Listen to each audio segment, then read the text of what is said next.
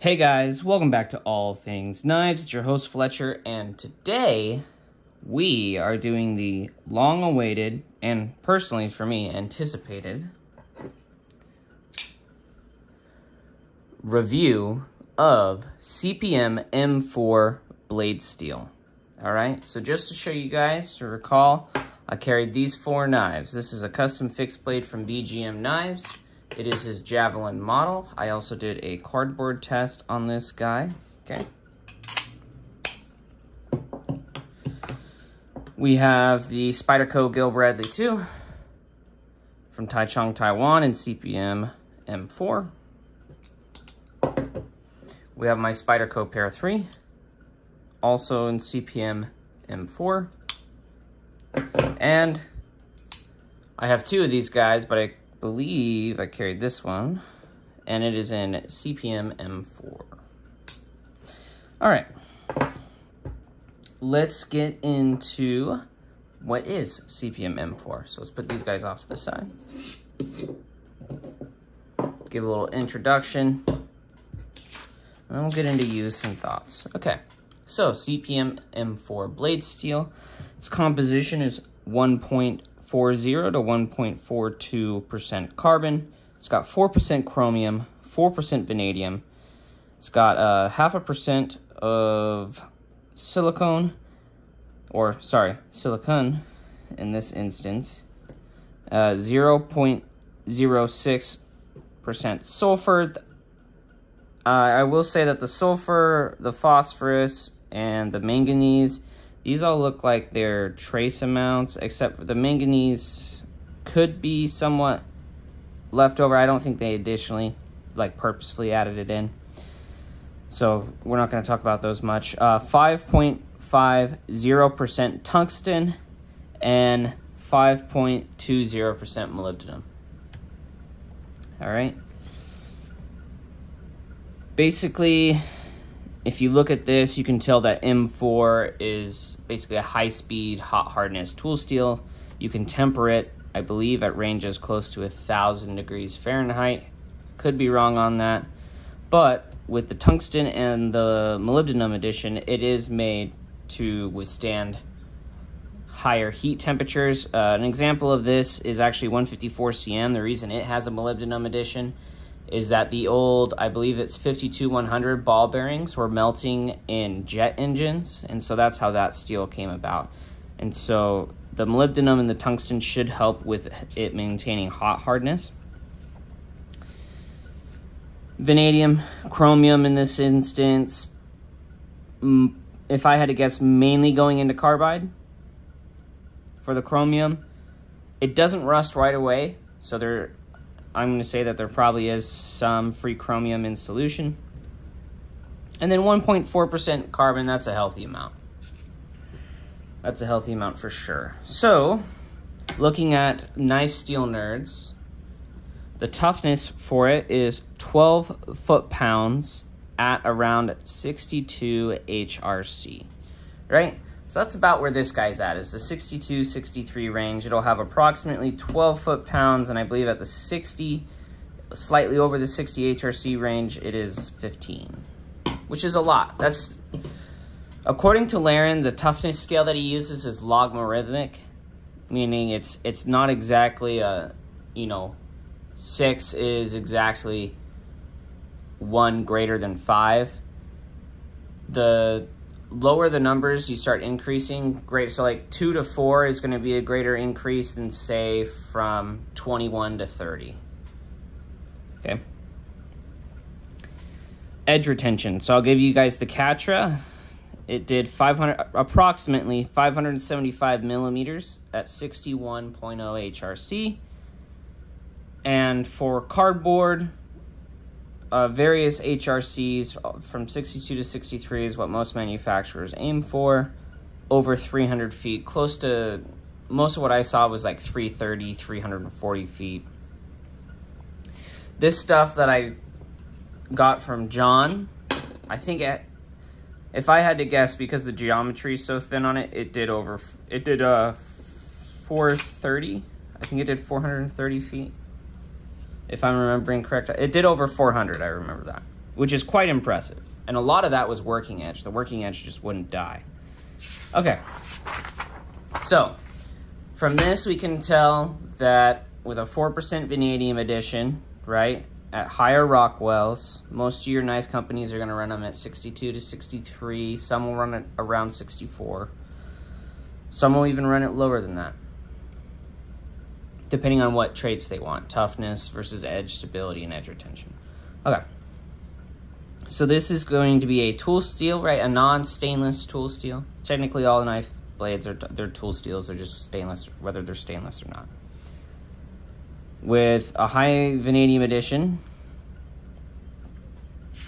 So in cutlery steels, how does this translate during my carry and my experience?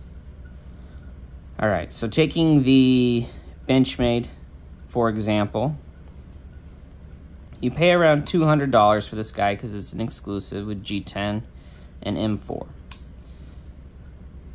The sharpening experience on a steel like this is very nice. You can take it to a stone, a diamond stone, and you can work at it and the edge. If it's completely dull, right, you're talking maybe 15, 20 minutes freehand on my... I'm not the best at freehand, but I will say that when I used my guided sharpening systems on the rest of these, because I was able to just use a Sharpie and find the angle like that, you're talking maybe 10 minutes from start to go. And it does take a very, very nice edge. I tried various grits. I tried 600, I believe. I tried 1200 on the stones for this guy. I tried 1,000, and then I tried my Venev, which go all the way up to like 3,000. The one that I like the most, I feel like the 600, you know, like it was okay. The 1,000 I really liked. 1,200 was, you know, more of the same. It's just 200 more. And then the polished one actually really surprised me. If there was a steel that you could polish and it would still kind of, it didn't really maintain like it's super aggressive, but at the edge you could still feel that it was wanting to cut, it was wanting to bite. Now, you know, when you polish anything, it does kind of lose that, but the edge performance was still very good. Very, very good edge performance. And I believe the one that I polished was this guy. And I didn't really notice a difference in terms of longevity of the edge, in terms of from a polished edge to a coarser edge, although I will say that the steel through cardboard, when it has a toothy edge, it just chews cardboard up. It is a phenomenal steel. If you're cutting cardboard every day and you just need a steel that won't stop cutting, like the working edge just refuses to stop cutting, that's what you get out of this guy. Okay, so jump back real quick. I know it's running this off the top of my head. The Sharpening Experience from M4, it does deburr very nicely and very easily. Yes, it is a higher Rockwell steel, but as long as you're using diamond abrasives, I feel like you should have no problem getting a shaving edge on this, let alone hair whittling. Hair whittling is something I struggle with, but shaving sharp, no problem on this guy. All right, and if I were to recommend a grit progression, I would do up to 1,000. Okay, stop at 1,000 grit. For stropping, do a 6 and a 1 micron and call it good. Just do 6 and 1 micron, and you're deburr as much as you can on the stone, and then move to 6 and 1, and you're good to go. Right there, you'll get a very nice toothy edge. You won't have to strop very much. Now, if this guy is, you know, it's got a burr on either side, right? You used it. Right after a fresh sharpening and you're looking to strop it up, the grit progression I recommend for stropping up will be a 12 to, no, you could do a 12 to 1 or a 12 to 3 to 1.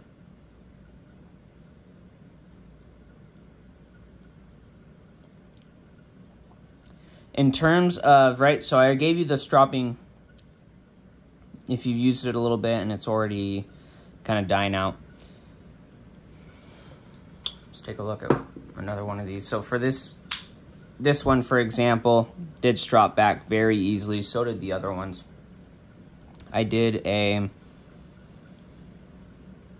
12 to 3 to 1 on this guy. Because this one did feel like it dulled quicker, and so I did need to strop it more. M4 strops back really nicely. If I do approximate, probably to about 80% of the level before, maybe even higher, maybe 85. So it gets back there right where you need it to where it'll shave hair. Took me maybe 2 minutes on the strop, maybe even less. I just went and it was good to go. I was running late for work, and I was just like, oh man, my knife still, I don't have the stuff I need at work for it, because we only use the chromium oxide compound at work and not the diamond. So I just real quick came right back, ran to work. There was a couple days where I had to do that with this guy. John's M4 did the same. No problem. All the M4s drop back super easily. So if you're someone who goes through even maybe multiple edges a day, like your cutting needs are that severe, a steel like M4, you could just keep a strop on you and just keep going. Even when it's to the working edge, it strops back to razor, no problem. And even after you've used the working edge for a while. All right. Now, in terms of corrosion resistance, I'm going to use John's, for example. M4 will rust, okay? I actually cut fruits with this on and off. Actually, maybe there was one where I was cutting strawberries for maybe 30 minutes. Stopped, washed it off, wiped it, put it back in the sheath.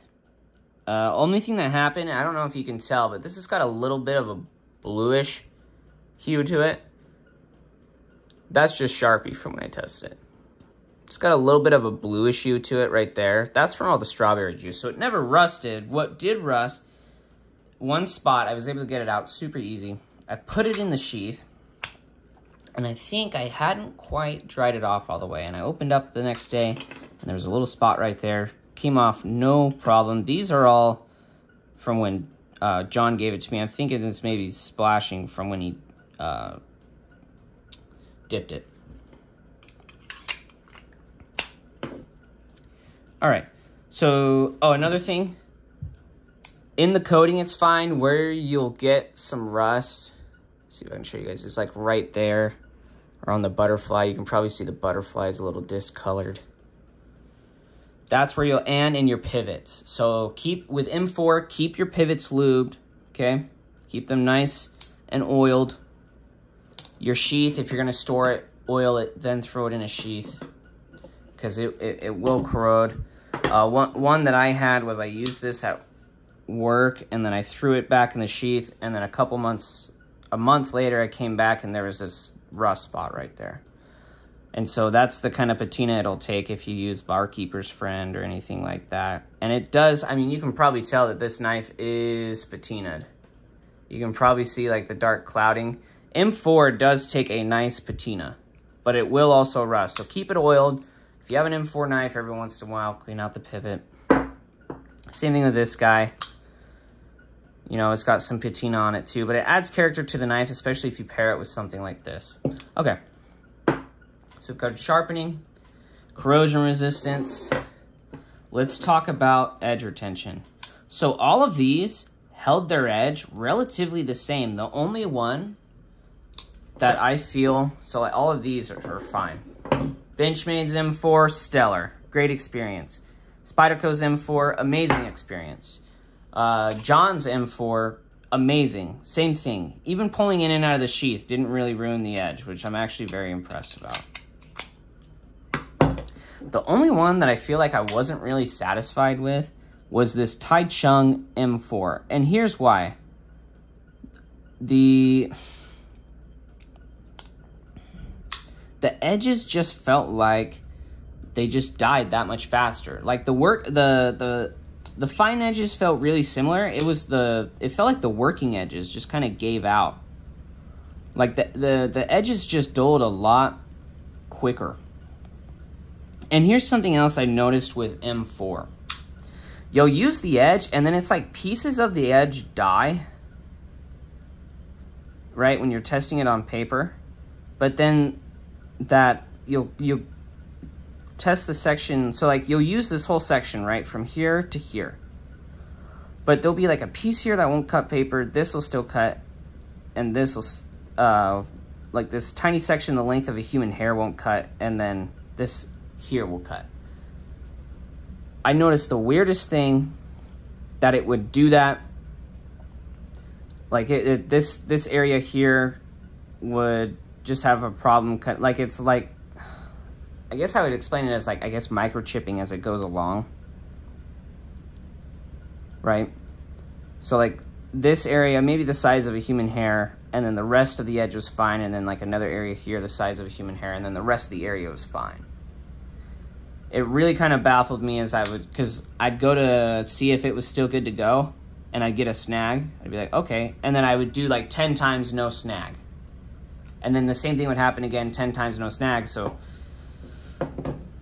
M4 is one of those steels where the working edge just does not want to die. The working edge just refuses to die. The fine edge is good. The fine edge lasts about as long as the whole edge of production S30V. Right? So I'll get through a truck off the fine edge, and then the next couple of days I'm just killing the working edge. Now, who would I recommend M4 for? And my personal thoughts on M4. I live in a desert. We are in our monsoon season, but even then, it's not really that humid or wet all the time. M4 here excels. It excels a lot. Because I don't really have to worry about the corrosion. Right? I don't really have to worry about it rusting away on me.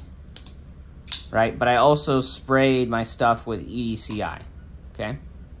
So I did put a protective coating. Some of them I even did super lube oil on, and that actually worked phenomenally.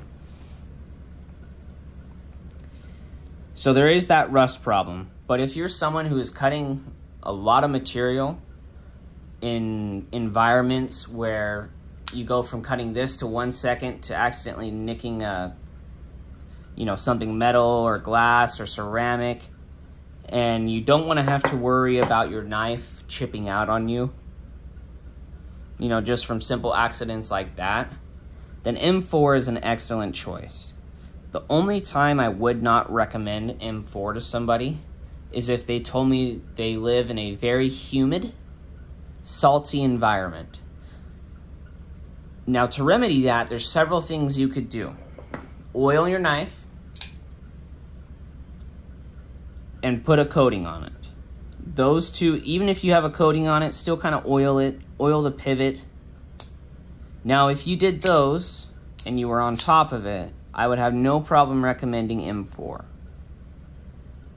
Because it sharpens easily, it's tough, it holds an edge a really long time, and since our last carry was more of a budget steel in terms of the BD1N, the first day I carried this M4, whereas the BD1N I'd get through, you know, maybe a truck and then it was just dead. This was like, I had maybe the biggest truck I'd had in a while, and I had just had this knife to do it all.